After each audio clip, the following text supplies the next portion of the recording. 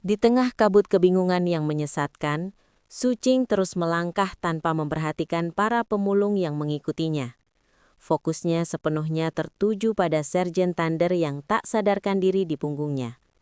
Sambil bergerak, ia terus menyuapkan pil putih, berharap bisa menekan mutagen yang menggerogoti tubuh sang sersan. Usahanya tidak sia-sia sepenuhnya. Warna hijau kehitaman di wajah Sergeant Thunder berhenti menyebar dan perlahan memudar. Namun mutagen di dalam tubuhnya terlalu banyak. Bahkan pil putih dan daun semanggi 7 helai tidak mampu memulihkannya sepenuhnya. Beban mental dan fisik dari misi di wilayah terlarang terlalu berat, membuatnya tetap terbenam dalam ketidaksadaran. Malam terus berlanjut. Dalam perjalanan menembus kabut, Su Qing bertemu semakin banyak pemulung yang tersesat. Dengan tenang dan perhitungan, ia menukar pil putih dengan jalur aman keluar. Syaratnya hanya satu, mereka harus mengikuti jejak langkahnya. Sebagian pemulung menolak bekerja sama, dan nasib mereka menjadi peringatan keras bagi yang lain. Akibatnya, rasa hormat terhadap Su Qing justru tumbuh. Banyak yang meyakini bahwa ia adalah orang langka dengan kekuatan psikis, karena hanya sosok seperti itulah yang dipercaya mampu menghadapi kabut kebingungan. Su Qing membiarkan kesalahpahaman itu berkembang. Ia teringat penjelasan Graceful Raptor tentang orang-orang dengan kemampuan semacam itu, dan sengaja menyembunyikan rahasia sejatinya di balik anggapan tersebut. Setelah lebih dari selusin pil putih diberikan, kondisi Sergeant Thunder menunjukkan perbaikan kecil. Pernafasannya lebih stabil dan warna wajahnya tidak lagi mengkhawatirkan. Namun Su Qing segera menyadari satu hal penting. Bayangannya tidak bisa terus menyalurkan kekuatan. Seiring waktu, kabut kembali menebal, penglihatannya menjadi buram, dan keunggulan yang dimilikinya perlahan memudar. Hingga akhirnya ia melihat dunia seperti orang lain. Untungnya, mereka sudah hampir keluar dari kabut. Meski kehilangan kemampuan melihat dengan jelas, Su Qing justru mempercepat langkah. Kegelapan malam mulai surut, dan cahaya fajar muncul di cakrawala. Saat sinar matahari pertama menyinari daratan, Su Qing menerobos keluar dari hutan dengan Sergeant Thunder di punggungnya. Udara segar, angin sepoi-sepoi dan kehangatan matahari menggantikan hawa dingin yang menekan jiwa. Ia berhenti sejenak, menyipitkan mata dan menarik napas panjang. Perasaan lega dan haru bercampur dalam dadanya. Para pemulung yang mengikutinya juga berhasil keluar. Mereka baru saja lolos dari kematian, dan kegembiraan meledak di antara mereka. Seorang pria tua bahkan berlutut dan mencium tanah. Baru saat itulah mereka benar-benar melihat siapa yang telah memimpin mereka keluar. Su Qing yang masih muda, menggendong Sergeant Thunder yang legendaris. Meski sedikit yang mengenali Su Qing, semua mengenal Sergeant Thunder. Pemandangan itu terpatri dalam ingatan mereka, dan Su Qing meninggalkan kesan mendalam, bahkan rasa gentar. Ketika beberapa orang hendak berseru, tatapan Su Qing membuat mereka spontan terdiam. Cara dinginnya menghadapi pemulung berhati jahat telah meninggalkan bekas ketakutan yang tak terhapuskan. Tak lama kemudian, dua sosok berlari mendekat, Crucifix dan Graceful Raptor. Mereka sengaja menunggu di luar wilayah terlarang, siap kembali masuk jika rekan-rekan mereka tak kunjung keluar. Melihat Su Qing dari jauhan, mereka segera menghampiri. Crucifix terkejut melihat kondisi Sergeant Thunder, namun tatapannya pada Su Qing melunak.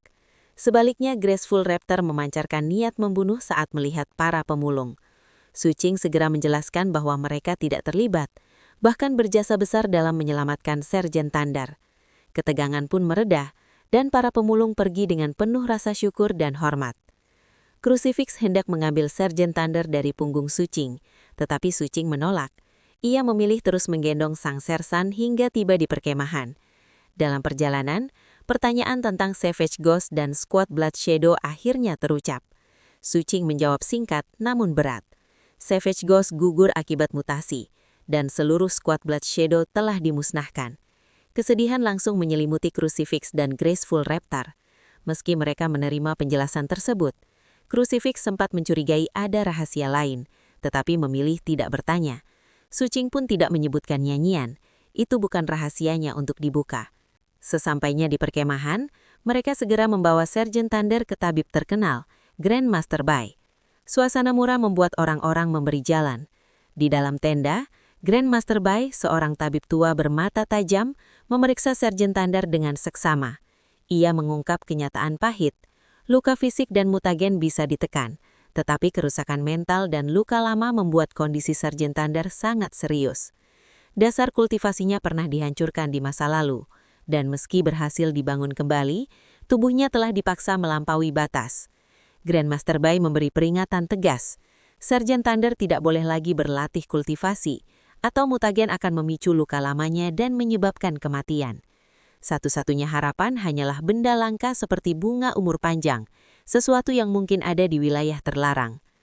Mendengar itu, Sucing semakin memahami beban yang selama ini dipikul Sergeant Thunder. Namun sang sersan justru tersenyum tenang, menganggapnya hanya luka lama, dan memilih mengakhiri pembicaraan. Setelah kembali ke tempat tinggalnya, Sergeant Thunder menyuruh Crucifix dan Graceful Raptor pergi. Ia lalu merokok dengan santai, menikmati momen sederhana yang terasa jauh lebih berharga daripada obat apapun. Dengan senyum ringan, ia mengajak Sucing makan dan minum bersama, tanpa membahas tragedi, tanpa mengungkit luka.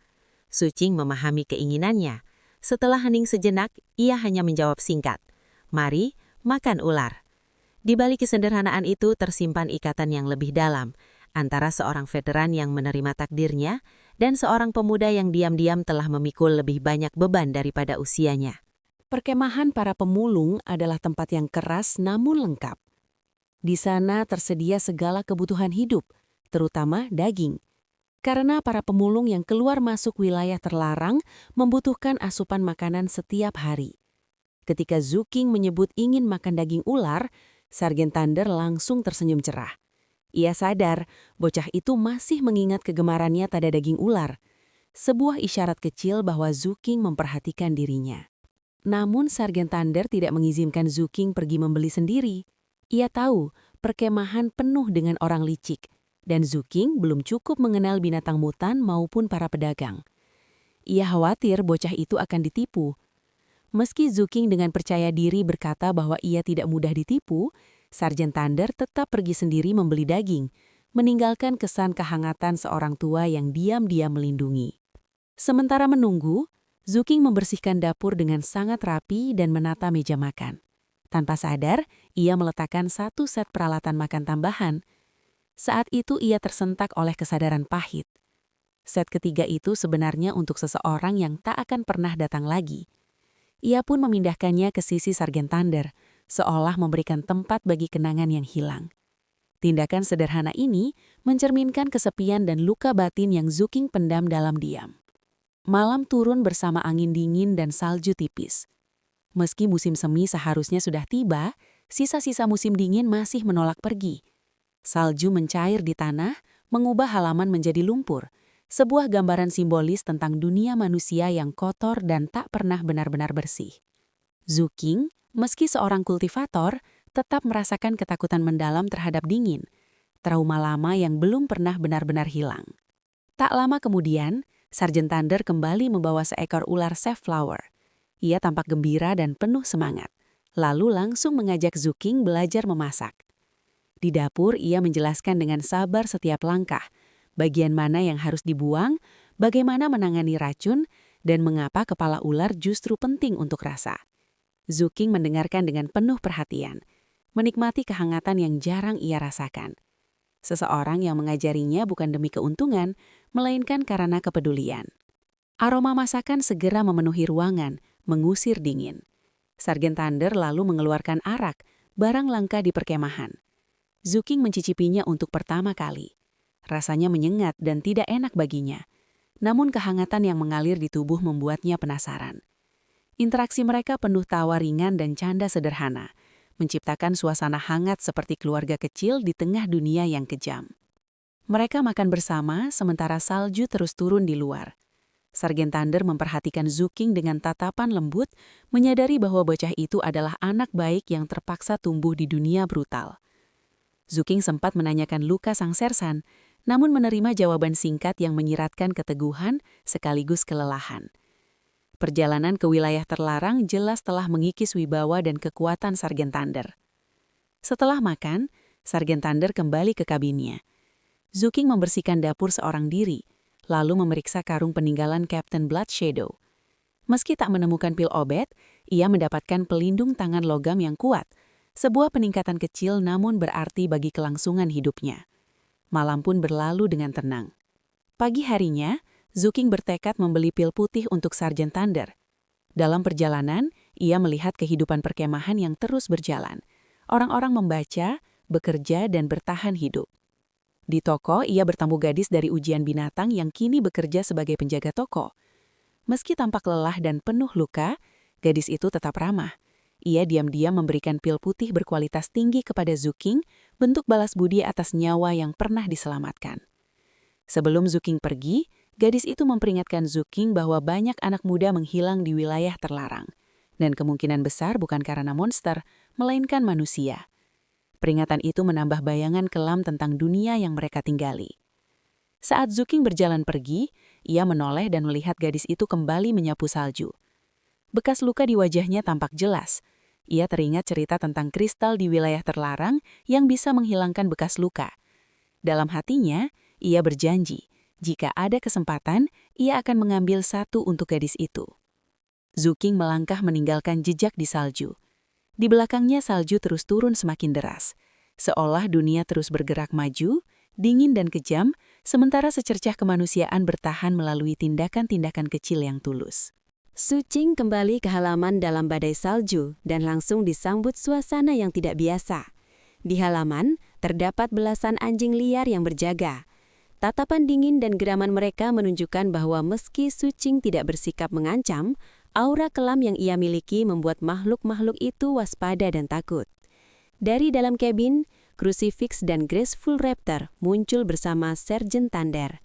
Graceful Raptor menjelaskan bahwa anjing-anjing itu ditempatkan untuk melindungi Sarjen Thunder karena lukanya, sekaligus secara tidak langsung mengakui betapa mengerikannya aura Zuking. Di balik percakapan sederhana itu tersirat kepercayaan yang kuat. Zuking menyadari bahwa Sarjen Thunder sengaja tidak mengungkap apa yang sebenarnya terjadi di hutan, sebagai balasan karena Zuking juga tidak pernah membicarakan nyanyian misterius yang mereka dengar sebelumnya. Hubungan mereka dibangun di atas saling menjaga rahasia dan rasa hormat. Zuking menyerahkan pil putih untuk Sarjen Thunder. Meski menerimanya, lelaki tua itu menegaskan bahwa Zuking tidak perlu lagi menanggung kebutuhannya. Kemudian Crucifix menjelaskan alasan utama kedatangan mereka, membawa obat khusus untuk Sarjen Thunder dan membagikan hasil rampasan besar setelah skuad Blood Shadow musnah di wilayah terlarang.